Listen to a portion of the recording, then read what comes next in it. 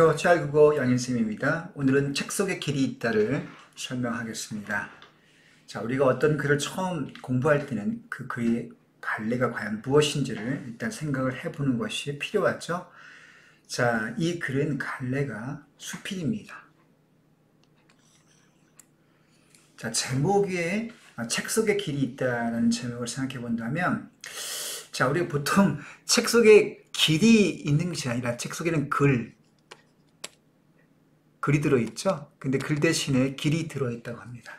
자, 제목의 의미를 생각해 본다면 우리는 이 책 속의 길이, 자, 그냥 길이 아니라 바람직한 인생의 길. 책 속에 우리가 삶을 살아가는데 필요한 바람직한 인생의 길이 들어있다. 자, 그런 의미 정도로 생각을 해 보는 것이 필요하겠죠. 자, 그런 교훈적인 내용을 담고 있는 수필이 되겠습니다. 자, 어린 시절의 독서 경험을 회고하고 그로부터 어떤 교훈적인 내용을 끌어내는, 자, 생각해 볼 수 있겠죠. 자, 바로 본문을 거두절미하고 시작을 해 보겠습니다. 자, 체크하면 가장 먼저 어린 시절이 떠오릅니다. 자, 필자는 첫 번째 문장에서 어린 시절을 회상하고 있다는 것을 단적으로 밝혀주고 있네요. 자, 우리 가족이 새들어 살던 집은, 자, 앵두나무로 울타리가 젖어 있고 집 뒤 언덕을 조금만 올라가면 남춘천역이 바라다 보이는 곳입니다. 자, 우리라고 하는 대명사 1인칭 복수를 쓰고 있는데, 그러므로 이 수필의 서술자는 1인칭이라는 걸 알 수 있네요. 1인칭 서술자이고, 이 서술자는 작가와 어떤 관계에 있습니까? 작가와 동일인물이죠.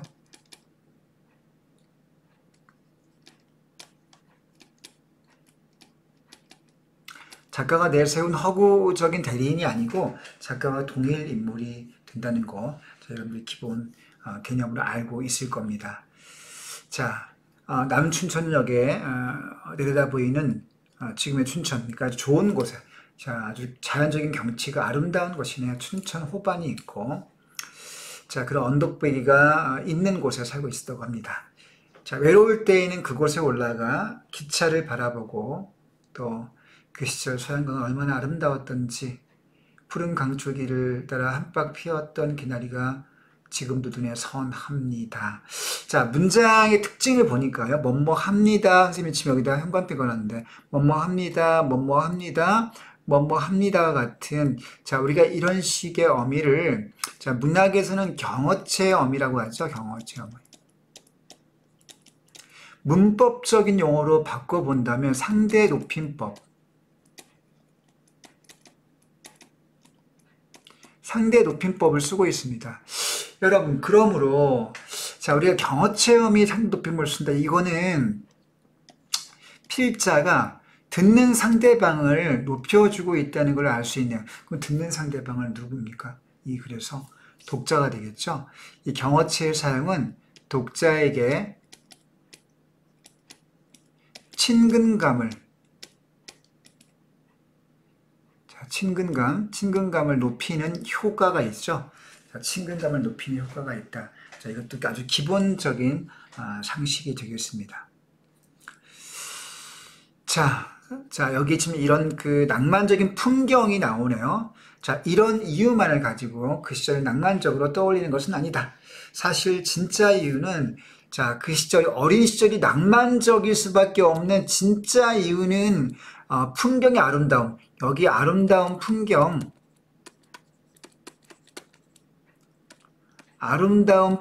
때문에 어린 시절이 낭만적으로 떠올라지는 것이 아니라, 아름다운 풍경 때문이 아니라 다른 이유 때문에 낭만적인 느낌을 갖고 있다는 겁니다.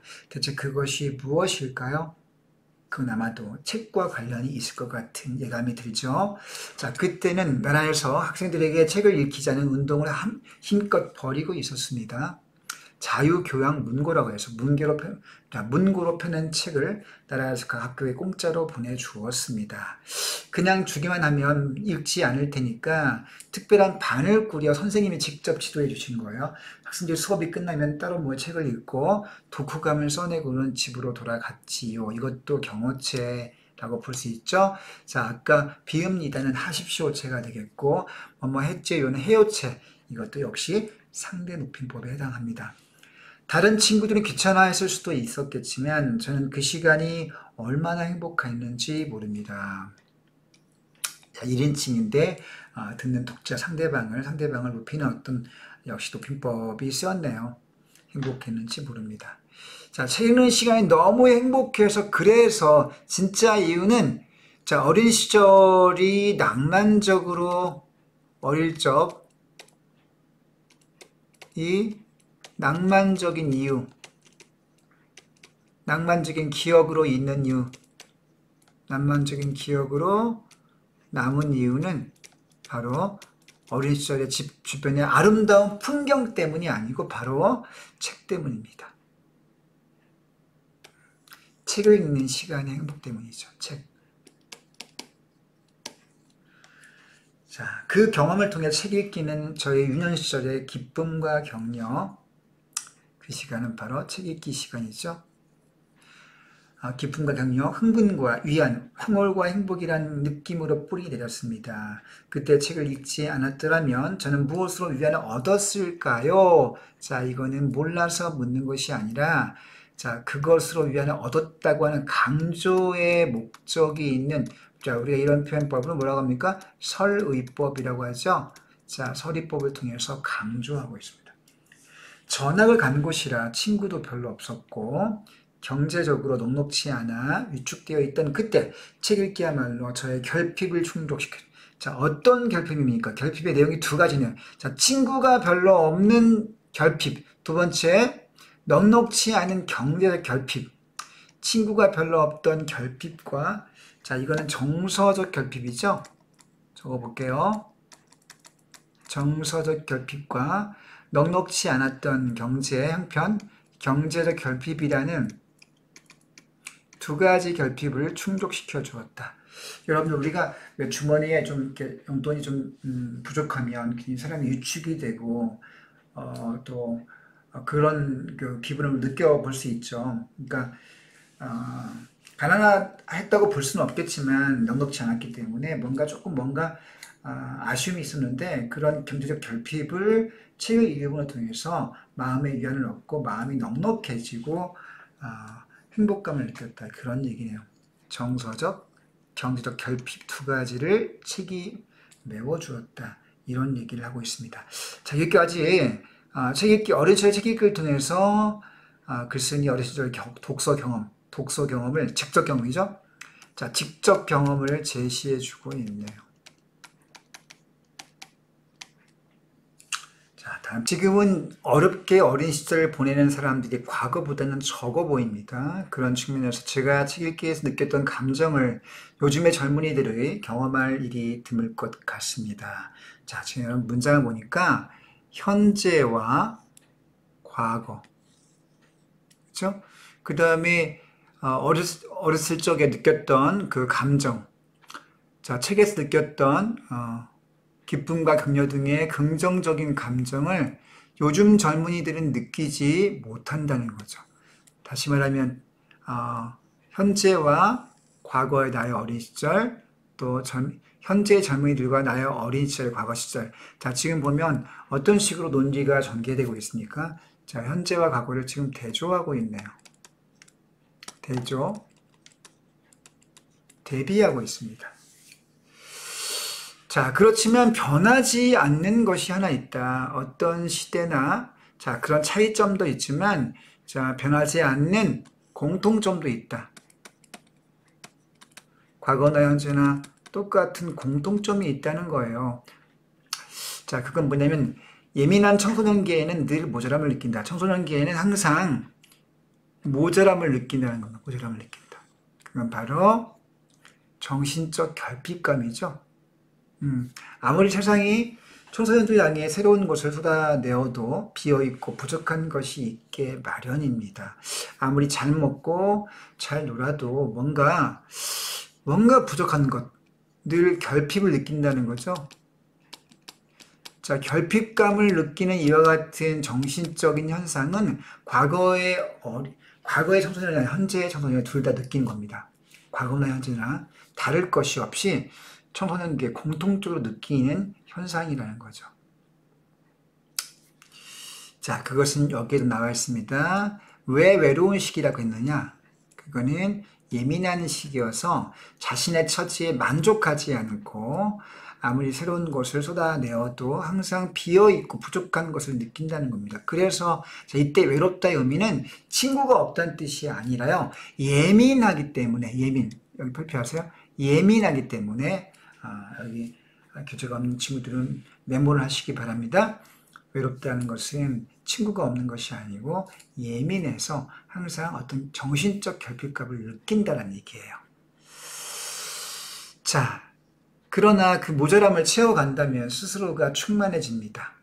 자신감도 생기고 전망도 얻게 됩니다. 그렇게 되려면, 자, 부족한 것을 채워가는 것을 어떻게 하면 할 수 있나? 그렇게 되기 위해서 어떻게 해야 하나? 어떻게? 그걸 배웁시다. 필자는 그것을 책 읽기라고 답으로 제시하고 있습니다.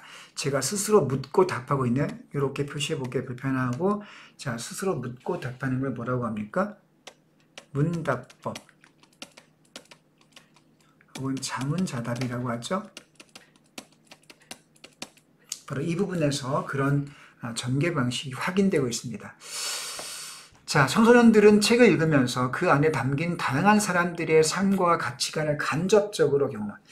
자, 책 읽기의 어떤 가치, 첫 번째는 간접 경험을 한다. 간접 경험.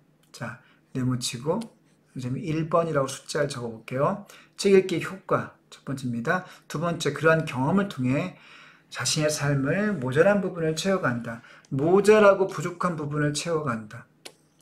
자, 두 번째, 책 읽기의 효과가 되겠습니다. 자, 책 읽기의 가치를 이렇게 두 가지를 말해주고 있네요. 자, 인터넷이면 다 해결된다는 사람들이 있습니다. 그야말로 정보의 바다에 들어가면 원하는 모든 것을 낚아 올릴 수 있다고 말하지요. 자, 정보의 바다. 자, 무슨 표현법입니까? 이 바다는 인터넷을 가리키는 거죠. 자, 인터넷을 어떤 표현법으로 표현했습니까? 은유법이네요. 은유. 자, 좀 넓게 말하면 비유법이 사용되고 있습니다. 자, 인터넷이라는 정보의 엄청 많은 바다에 들어가게 되면 원하는 것을 다 낚아 올릴 수 있다고 말하죠. 자, 모자라고 부족한 부분을 인터넷을 하게 되면 다 채울 수 있지 않을까? 라고 그렇게 생각할 수도 있다는 거죠. 저는 그런 주장에, 필자는 그런 주장에 동의하지 않습니다. 정보는 이제 그 자체로 가치를 지니지 못합니다. 정보혁명 이전에는 정보를 장악한 사람이 권력을 쥐었지만 지금은 정보가 엄청나게 나오기 때문에 특정인이 그것을 독점할 수 없기 때문입니다. 자, 정보가 많아진 건 사실이죠. 정보가 많다고 해서 그 자체로 가치가 있는 것은 아닙니다. 내가 스마트폰을 손에 들고 있다고 해서 클릭만 하면, 터치만 하면 엄청나게 많은 정보들이 연결되어 있지만, 정보의 바다를 내가 손 안에 들고 있지만 그렇다고 해서 내가 똑똑한 것은 아니죠. 그 정보가 많다고 해서 그 자체가 가치가 있는 것이 아니라, 자, 옛날에는 정보를 장악한 사람, 그러니까 권력자라든가 학자라든가 지식인이라든가 뭐 이런 사람들이, 정보를 장악한 사람들, 즉 지식인층과 지배층, 상류층이 권력을 쥐었죠. 예컨대 조선시대로 치면 양반이나 사대부, 이런 계층들이 한자 문화, 한자에 대한 지식을 손에 쥐고 또 어려운 한자를 책을 읽을 수 있는 사람들은 극소수였기 때문에 그런 특수 계층들, 정보를 장악한 사람들이 권력을 쥐었습니다. 그러나 지금은 정보가 엄청나게 쏟아져 나온 데다가 특정인이 그것을 독점할 수가 없습니다. 자, 많지만 독점이 불가능한 시대이기 때문에 그 정보를 어떤 식으로 관리하는가, 누가 그것을 잘 처리하는가가 중요한 시대가 되었다는 뜻입니다. 자, 그렇게 그 다음 따라 볼게요. 그렇다면 흩어져 있고 넘쳐나고 흘러다니는 정보를 가치 있게 만드는 것은 무엇일까요? 역시 여기서도 문답법, 똑같은 문답법이 쓰이고 있네요. 자, 흔한 방식이죠. 묻고 답하는 걸 통해서 독자에게 뭔가 흥미를 계속 유발하고 관심을 끌기 위한 방법입니다. 자, 그것들을 가치 있게 만드는 것은 무엇이냐? 그건 바로 수많은 정보 가운데 의미 있는 것을 골라내는 눈. 눈의 별표 합시다. 눈 별표 3개. 우리가 이 눈을 한자어로 뭐라고 합니까? 안목이라고 하죠. 안목. 자, 여러 가지 아직은 뭐가 뭔지 중요한 건지 모르는 상황에서 그 중에서 정말 가치 있는 것을 알아보는 눈. 그 눈은 안목이죠. 그리고 무관해 보이는 그 정보를 엮어서 의미 있는 것을 골라내는 것이 중요한데요. 그리고 무관해 보이는 그 정보를 엮어서 정보를 엮어서 골라낸 다음에 엮어서 유관한 무엇으로 다시 만드는 것. 골라서 다시 만드는 능력이 중요한 시대가 되었다. 더 나아가서 그러한 정보를 바탕으로 가치 있는 지식을 창조한다. 자, 지식의 창조, 가치 있는 지식의 창조. 자, 많은 정보를 골라내고 다시 연관을 만들어내고 그 다음에 지식을 창조하는 능력입니다. 자, 이것이 정보혁명 시대에 필요한 능력이죠.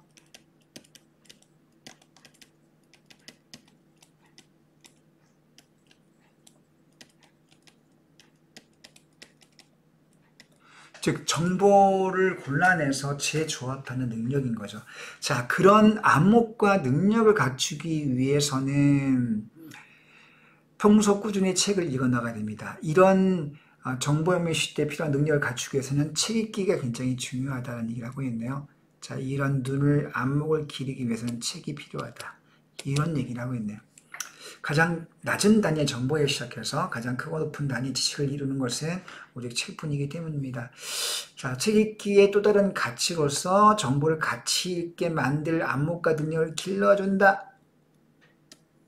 자, 그런 필자가 그런 책 읽기의 두 번째 어떤 가치에 대해서 강조하고 있습니다. 자, 문학작품은 언어로 이루어진 상상의 집. 문학작품은 주어네요. 상상의 집이다. 자, 문학작품이 어떻게 집이 됩니까? 문학작품의 어떤 특성을 집이라는 단어를 빌려와서 빗대고 있네요. 이것은 역시 비유, 은유가 되겠습니다. 문학작품은 언어로 이루어진 상상의 집이다. 자, 그 얘기는 문학작품이 언어를 바탕으로 쓰여진 상상력을 바탕으로 쓰여진 것이다 라는 뜻이죠. 이것은 우리가 경험하지 못했거나 앞으로도 경험하지 못할 이야기로 가득 차 있다. 그렇죠. 자, 간접 경험을 세계를 통해 우리는 자신과 다른 사람을 더 깊이 이해할 수 있다. 자, 문학 작품 같은 어떤 이 책을 통해서, 즉 간접 경험을 통해서 자신과 다른 사람도 깊이 이해할 수 있다. 사람을 깊이 이해할 수 있다는 거 문학의 효용이 되겠습니다. 효용. 자, 그리고 그러한 이해는 고통받는 이들의 아픔을 헤아릴 줄 아는 마음을 갖게 합니다. 자, 다른 이들의 고통을 어루만질 줄 알게 한다? 자, 이건 공감 능력을 키워준다는 거죠, 공감. 책 읽기는, 자, 인간에 대한 이해를 높이고요. 인간 이해를 높이고 공감 능력을 키워준다. 당연한 효용성이 되겠죠. 굉장히 중요한 고통을 어루만질 줄 아는 성숙한 시민으로 성장. 자, 우리가 여러분들 공감 능력이 있다면 다른 사람을 이해할 수 있고 다른 사람을 이해할 수 있다면 우리가 갖고 있는 이 공동체를 성숙하게 더 아름답게 만들 수 있죠. 그런 의미의 성숙한 시민. 이때 시민이란 말은 공동체 이론이라는 뜻이니까 이런 책 읽기를 통해서 사람에 대한 깊은 이해와 공감 능력이 커진다면 성숙한 시민으로 성장할 수 있게 되는 거죠. 그죠? 자, 수없이 많은 문학 작품이 담긴 그릇, 그것이 곧 책이다. 자, 역시 책이라는 이 주어를 그릇이라고 또 비유했습니다. 그릇. 자, 그런 비유적 표현을 쓰고 있네요. 책 읽기의 세 번째, 가치, 효용성. 자, 문학 작품을 통해 성숙한 시민이 될 수 있다. 자, 이런 얘기를 하고 있습니다. 자, 하지만 갑자기 글의 흐름이 바뀌었네요. 책 읽기의 가치에는 동의하더라도 책을 많이 읽지 못하는 것이 현실이다. 그렇죠. 우리가 책 중요한 걸 모르는 사람이 어디 있겠습니까? 다 알잖아요. 그죠? 다 알지만 못 읽고 있잖아요. 왜 못 읽습니까? 책을 많이 읽지 못하는 현실이 있다. 자, 우리는 여기서 필자가 어떤 현실의 비판적인 어떤 그 의도를 지금 갖고 있다는 걸 알 수 있네요. 자, 좀 더 볼게요.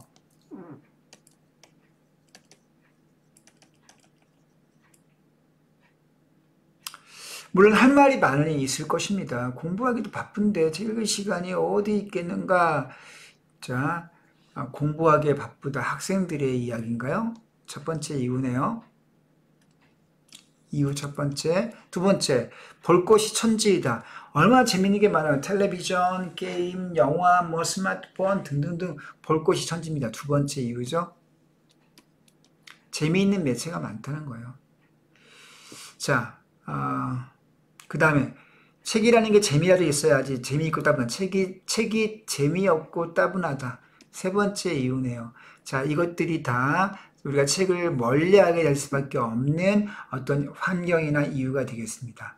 자, 이렇게 필자는 질문을 던지고 계속 질문을 던지고 있습니다. 질문을 던지고 있습니다. 자, 이런 질문 통해서 책 읽기가 어려운 삶의 현실을 말해주고 있습니다. 다 일리 있다. 필자는 이걸 인정하고 있네요.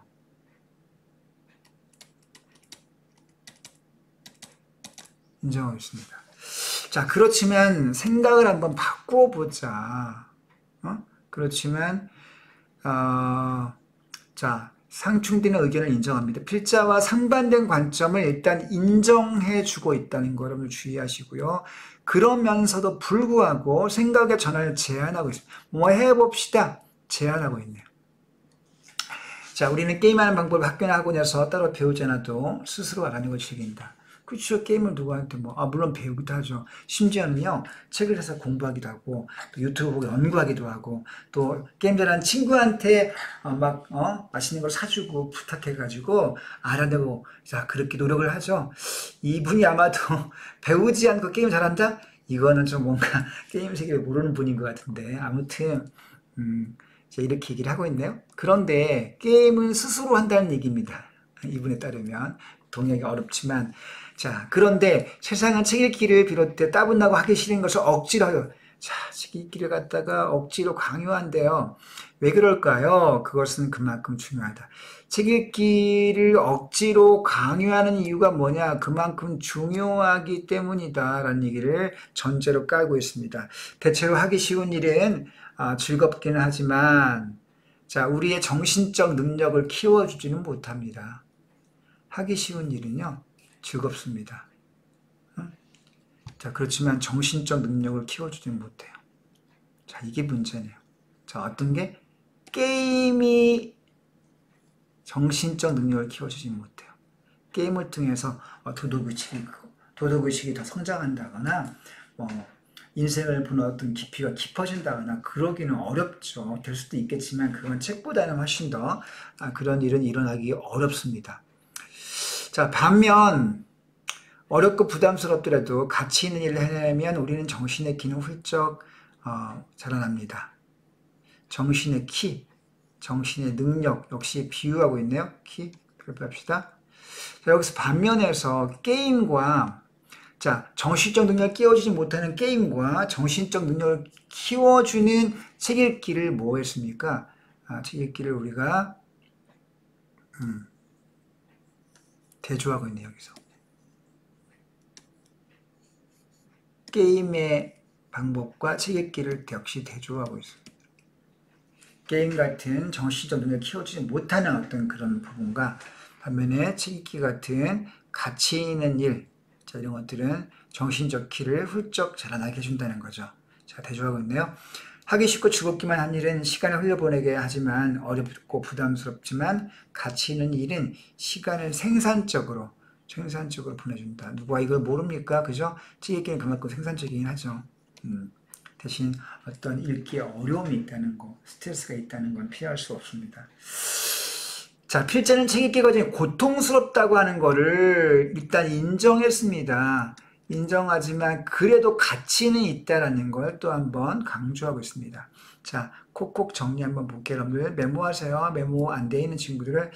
자, 책 읽기 가치는 첫 번째, 모자란 부분 결핍을 채워준다. 결핍을 채워준다. 두 번째, 정보를 가치 있게 만들어준다. 그죠? 우리 정보연문 시대의 정보의 바다에서 가치 있는 걸 골라서 엮고 창조적인 지식을 만드는 어떤 안목과 능력을 키워준다는 거. 세 번째, 성숙한 시민으로 성장할 수 있다. 정신적 능력을 키워준다. 뭐 이런 얘기를 하고 있습니다. 자, 대조의 방식. 그죠? 자, 비유. 정신의 키 비유. 그죠? 그 다음에 그릇도 비유. 자, 이런 식의 방식을 쓰고 있습니다. 자, 우리의 눈에는요, 비늘이 덮여 있대요. 이런 비늘이 덮여 있다면, 이 눈이 사물을 제대로 바라볼 수 없겠죠? 이 비늘은 우리의 시야를 가로막아주는 장애물과 같은 역할을 합니다. 자, 이것도 일종의 비유가 쓰이고 있는데요. 자, 어떤 것을 원관념으로 가리킨 걸까요? 그렇죠. 우리가, 뭐랄까요. 우리가 어떤 사물을 있는 그대로 인식하는데 이 비늘이 있다면, 예컨대 우리가 한 경험, 그죠? 편견, 혹은 이미 알고 있는 생각, 알고 있다는 생각. 자, 이런 것들이 우리 눈을 덮고 있다면, 우리의 생각을 덮고 있다면, 우리가 어떤 사물을 정확하게 바라보는데 장애가 될 것입니다. 그런데 여러분들, 나이 많으신 어른들 보면, 할아버지나 나이 많으신 분들이 어떤 자기의 인생에 오랜 경험이 있고 그 경험이 워낙 확고하기 때문에 또 새로운 것을 받아들이기 힘들어 하죠. 그리고 생각이 다른 사람들을 수용하지 못합니다. 자, 그렇게 나이 드신 분들이 혹은 특정 분야에서 전문 지식을 쌓은 사람들이 오히려 그 분야는 많이 알고 있지만 다른 생각을 수용하는데 한계가 있죠. 바로 이 눈에 덮여있는 비늘은 그런 경험의 한계, 편견의 한계, 이미 알고 있는 생각의 한계를 비유한 것입니다. 자, 좋은 책은 바로 그것을, 그 비늘을 벗겨준다는 거예요. 편견을 제거해준다. 경험의 한계를 벗겨준다. 그죠? 우리가 경험에 갇혀서, 편견에 갇혀서 사물을 정확히 보지 못하고 자기가 알고 있는 그 부분만 바라보게 될 때 우리가 이걸 가리키는, 자, 이런 그 한계, 이런 시각의 한계, 경험의 한계를요, 가리키는 한자 성어가 있습니다. 자, 속담으로는 우물한 개구리죠, 우물한 개구리. 속담으로는 우물한 개구리고, 한자 성어로는 좌정관천이라고 합니다. 좌정관천이라는 말은요, 우물 속, 여러분들 그 우물 속에 개구리가 이렇게 한 마리 있다고 쳐봅시다. 개구리가 여기 한 마리 있는데요. 이렇게 개구리가 우물 속에 있으면서 밖으로 나오질 못합니다. 그래서 우물 속에서 오로지 이 속에서만 밖을 볼 수 있다면 밖이 어떻게 보이겠습니까? 이렇게밖에 볼 수 없죠. 이 밖에 나무도 있고 뭐 나무가 있다고 쳐봅시다. 자, 이 개구리는 나무의 자락밖에 나무 줄기가 뭔지를 모릅니다. 자기가 보는 부분만 보기 때문에요. 자, 이렇게 자기 경험과 편견, 알고 있는 상식에, 자기가 알고 있는 거에 갇혀서 사물의 진실이나 객관적 모습을 바라보지 못하는 그와 같은 개구리의 상태, 바로 그게 비늘이 덮인 상태를 가리키는 거고요. 속담으로는 우물한 개구리, 한자성어 뭐라고 한다고요? 좌정관천이라고 한다는 거 여러분 꼭 기억해 두시기 바랍니다. 바로 그것을, 그 비늘을 좋은 책이 벗겨준다는 거. 자, 그야말로 우리 시야의 새로운 지평. 새로운 지평, 여러분 지평이라고 하면 뭐냐? 지평이라는 말은요, 말 그대로 사물의 전망이나 가능성을 가리킨다. 비유합니다. 새로운 지평, 새로운 전망이나 가능성을 비유하는 말. 새로운 지평을 활짝 열어준다. 즉 시야가 그만큼 넓어진다는 거죠. 이 우물안 개구리의 이 시야를 확 넓혀준다. 이 우물을 없애준다는 거예요. 그 놀라움을 무엇에 비할 수가 있을까요? 정말 신봉사가 눈을 번쩍 뜨는 것과 같다. 신봉사가 눈을 번쩍 뜨는 것과 같다. 이때 역시 지규법 혹은 비유가 쓰였다고 볼 수 있는데요. 다른 말은 유추의 방법이 쓰이고 있습니다. 자, 과정은 비록 고통스러울지라도 결과는 무척이나 값지니 그토록 책읽기의 중요함을 강조할 수밖에 없는 것이다. 자, 편견에서 벗어나서 세상을 보는 시야가 넓어진다는 얘기하고 있습니다. 자, 책 속에 길이 있다는 말을 늘 기억하시길 바랍니다. 자, 이 길은 바람직한 삶의 방향이 아까 선생님이 얘기했죠. 그 길은 평생 가야 해요. 평생. 그렇죠. 책은 평생 읽어야 됩니다. 비록 어려울지라도 결코 후회하지 않을 길이다. 가치 있는 길이다. 그리고 그 길을 걷고 있을 때 우리의 삶은 광희라는 건 뭐니? 광희. 자, 눈부시게 훌륭한 거라고 써 있습니다. 자, 날개에 눈부시게 훌륭한 것을 비유하는 말입니다. 한마디로 빛으로 둘러싸야 한다. 축복, 삶의 기쁨, 환희, 기쁨, 행복 이런 거죠. 이런 것을 빛으로 표현했네요. 자, 우리 삶은 즉 빛, 즉 광휘, 빛광차니까 자, 그걸 풀어주면 축복이나 기쁨이나 행복 같은 거야 되겠네요. 자, 둘러싸이게 됩니다. 그러니 책과 보태는 것이야말로 우리가 누릴 수 있는 가장 큰 축복이다라고 한 번 더 강조하고 있습니다.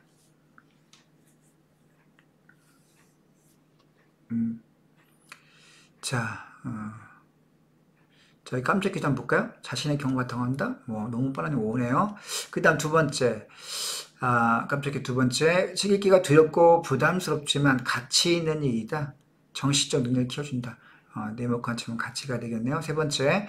글 쓰는 책을 읽어야 하는 시기를 쉽게 외로움을 느끼는 청소년에게 한정했다.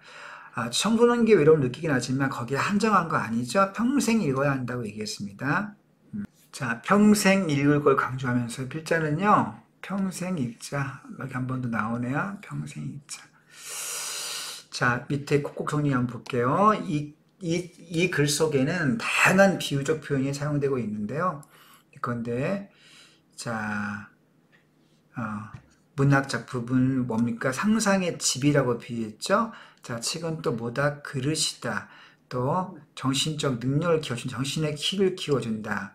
그 다음에 편견으로 세상을 바라보는 것을 우리 눈에 비늘이라고 표현했죠. 바라직한 상상력을 길이라고 표현했습니다. 이와 같은 다양한 비유적 표현을 사용하고 있습니다. 자, 우리 다 은유에 해당하죠.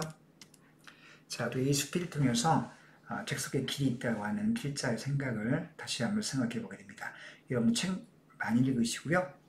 많이 읽으시고 평생 정신적 능력과 이 정신적 키를 훌쩍훌쩍 많이 키워가기를 바랍니다. 정리 잘 됐죠, 여러분? 시험 잘 보시고 이번 1학년 그 1학기 성적에서 국어에서 좋은 성과를 내고 이 치열한 입시 경쟁에서 꼭 좋은 결과 있기를 선생님은 원합니다. 여러분 안녕, 화이팅!